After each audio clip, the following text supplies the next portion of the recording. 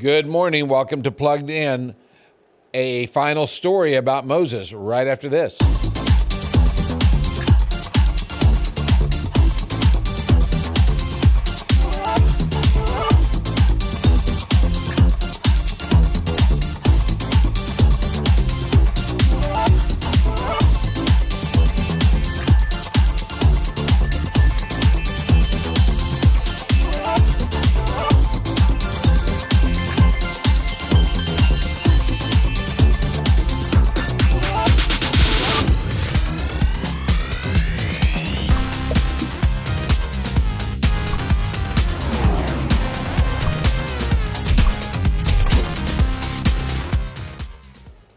And we're glad that you're with us this morning. It's a dreary Monday morning, but hey, we're glad to be back together with you.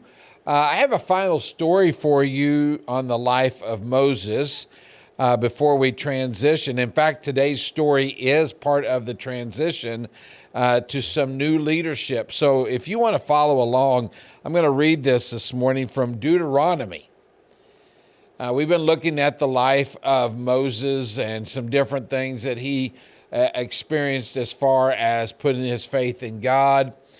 God had chosen Moses to lead the children of Israel out of slavery to the promised land. Moses would not be given the opportunity for that. Moses had been disobedient in some areas, and so as part of that punishment, God would not allow for him to lead the people on in. But Moses is getting up in age, and he also realizes that because of his age, he's not going to be able to carry on this role. And so he's going to pass the baton, so to speak.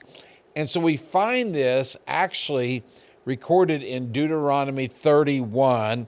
And I'm just going to read for you the first 7 or 8 verses to kind of set up where we're going to be for next week when we get together. Joshua 31, here it goes. Then Moses went out and spoke these words to all Israel. Deuteronomy, by the way, means second law. So he's just repeating the law that has already been given.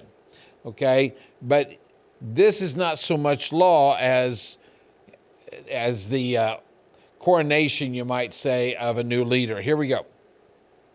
I am now 120 years old, and I am no longer able to lead you.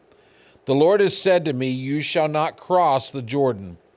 The Lord your God himself will cross over ahead of you. He will destroy these nations before you. You will take possession of their land. Joshua also will cross over ahead of you, as the Lord said.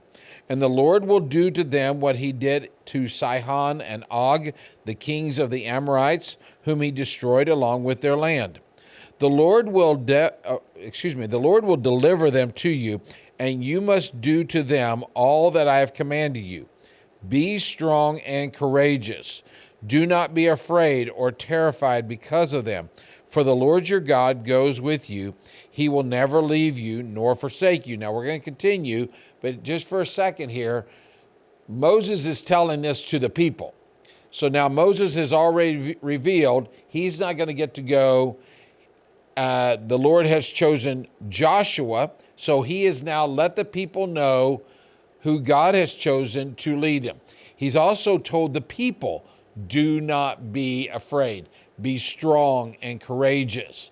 You're going to face some different trials. You're going to face some different battles. Trust in God through all of it, just like you did to this point.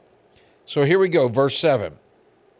Then Moses summoned Joshua and said to him in the presence of all Israel, be strong and courageous, for you must go with this people into the land that the Lord swore to your ancestors to give them, and you must divide it among them as their inheritance. The Lord himself goes before you and will be with you. He will never leave you nor forsake you. Do not be afraid. Do not be discouraged. Now, we might pick up on that theme again next week, because in Joshua chapter 1, we find that God says that to Joshua a number of times. And I think there's some reason for that. Can you imagine what it would have been like to have taken over the reins of leadership after Moses? I mean, you think of all the things that Moses did, all the miracles that he was a part of, all the great events in history that Moses witnessed or that he participated in. And here's Joshua, who has great faith, by the way.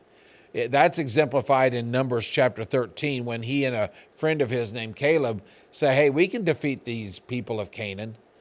But what happens is this. It's really easy to have a really strong faith if you're with the crowd. Even if you have to stand against a crowd, if you've got a few people with you, it's way different than being the leader. Because once you're at the top, there is nowhere else but down. And what an incredible responsibility Moses is now passing on to Joshua. But what Moses wants Joshua to understand is you're not by yourself. And that is what I want you to grasp right now. Whatever challenge it is that you're going to go through, whatever it is that the path is that you might take, I want you to know you are not by yourself. Do not be afraid. Do not be discouraged. Put your trust in God. He will help you through all things. And in the end, you will be victorious. And we're going to look at a couple of stories about that in Joshua's life in the coming weeks. Thank you again for joining us. I will see you again next Monday morning on Plugged In.